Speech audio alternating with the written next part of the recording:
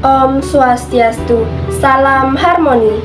Hai semuanya, perkenalkan kami dari kelompok 2. Saya sendiri Niko Juliantini dan rekan saya. Perkenalkan, nama saya Nikomang Trisna Budiarnyani. Saya Komang Raya Rahayu Semesta. Saya Nikomandina Septiani dan rekan saya. Baik, pada pertemuan kali ini ada pun pokok bahasan yang akan kita paparkan kali ini. Yang pertama yaitu ada sejarah kurikulum di Indonesia. Kemudian yang kedua yaitu macam-macam kurikulum yang pernah digunakan di Indonesia. Lalu yang ketiga yaitu kurikulum yang diterapkan saat ini. Baik, materi pertama yaitu mengenai sejarah kurikulum pendidikan di Indonesia. Nah, sejarah kurikulum pendidikan di Indonesia kerap mengalami perubahan setiap ada pergantian Menteri Pendidikan, sehingga mutu pendidikan Indonesia hingga kini belum memenuhi standar mutu yang jelas dan mantap. Nah, dalam perjalanan sejarah sejak tahun 1945, kurikulum pendidikan nasional telah mengalami perubahan. Seiring berkembangnya zaman, kurikulum pendidikan terus mengalami perubahan.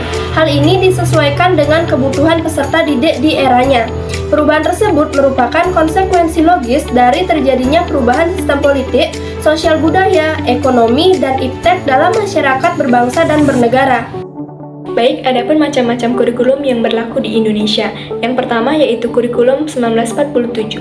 Kurikulum ini merupakan kurikulum pertama yang lahir pada masa kemerdekaan yang lebih dikenal dengan istilah Lirpen atau rencana pembelajaran. Kurikulum ini lebih menekankan pada pembentukan karakter atau watak manusia Indonesia. Kajian pembelajarannya juga dihubungkan dengan kehidupan masyarakat sehari-hari yang lebih terfokus pada bidang kesenian dan juga pendidikan jasmani. Yang kedua yaitu kurikulum 1952. Kurikulum ini merupakan penyempurnaan dari kurikulum sebelumnya. Sama halnya, materinya juga disesuaikan dengan kehidupan masyarakat sehari-hari. Kurikulum ini juga mengatur bahwasanya seorang guru hanya boleh mengajar satu mata pelajaran saja. Fokus dari kurikulum ini adalah mengembangkan daya cipta, rasa, karsa, karya, dan juga moral. Yang ketiga yaitu kurikulum 1964. Kurikulum ini juga sama merupakan hasil penyempurnaan dari kurikulum sebelumnya, yang bercirikan pemerintah menginginkan masyarakat mendapat pendidikan akademik yang sebagai pembekalan pada jenjang SD. Sehingga program pembelajaran yang dipusatkan adalah program pembelajaran Pancawardhana, yaitu pengembangan moral, emosional, keterampilan, dan juga jasmani. Baik, di sini saya akan melanjutkan materi tentang sejarah perkembangan kurikulum di Indonesia, yaitu ada kurikulum 1968. Ini merupakan kurikulum pertama yakni pada era Orde Baru. Kurikulum 1968 ini merupakan sebuah terwujudan dari perubahan orientasi pada pelaksanaan Undang-Undang Dasar 1945 secara murni.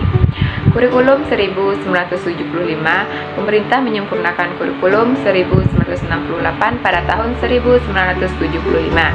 Kurikulum ini menekankan pendidikan yang lebih efektif dan lebih efisien.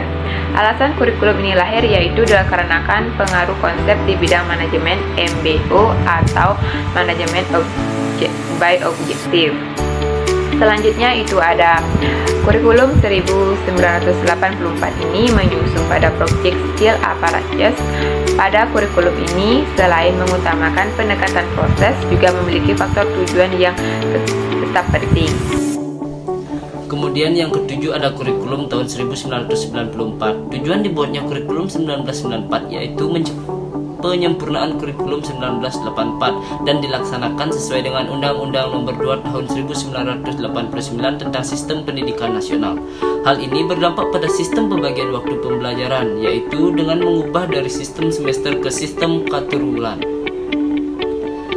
Dengan sistem catur bulan yang pembagiannya dalam 1 tahun menjadi 3 tahap diharapkan dapat memberi kesempatan bagi siswa untuk menerima materi pembelajaran cukup banyak.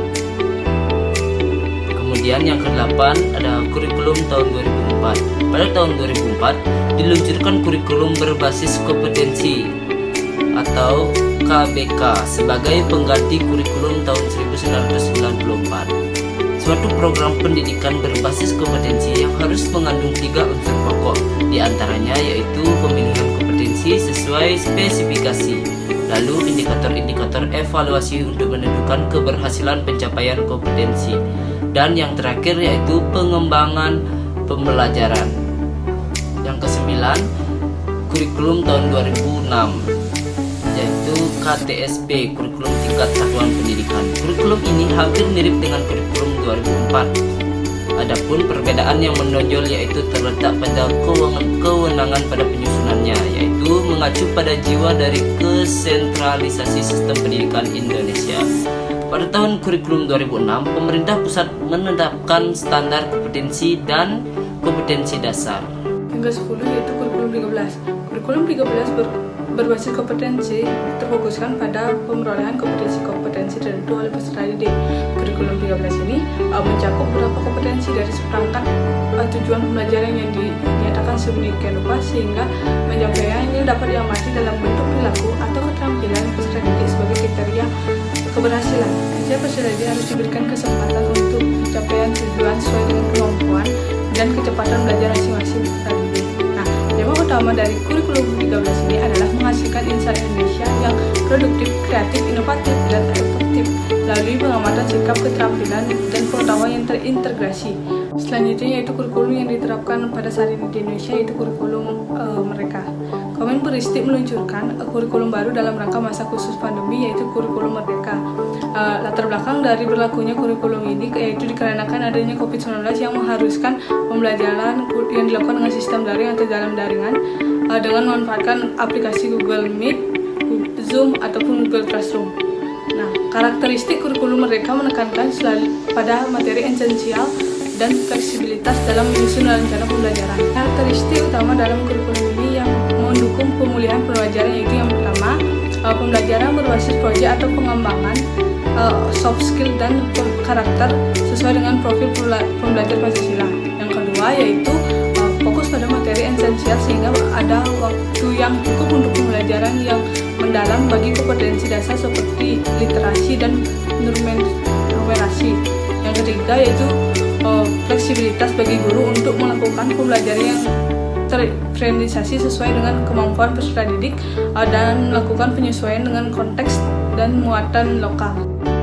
Baik, adapun kesimpulan yang dapat kami tarik dari materi yang telah kami paparkan sebelumnya yaitu kurikulum yaitu seperangkat atau sistem rencana dan peraturan mengenai bahan pelajaran yang dipedomani dalam aktivitas belajar mengajar.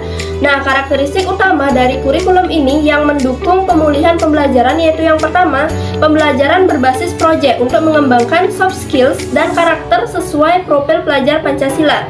Nah, kemudian yang kedua yaitu fokus pada materi esensial sehingga ada waktu yang cukup untuk pembelajaran yang mendalam bagi kompetensi dasar seperti literasi dan numerasi. Kemudian yang terakhir yaitu fleksibilitas bagi guru untuk melakukan pembelajaran yang terdiferensiasi sesuai dengan kemampuan peserta didik dan melakukan penyesuaian dengan konteks dan muatan lokal.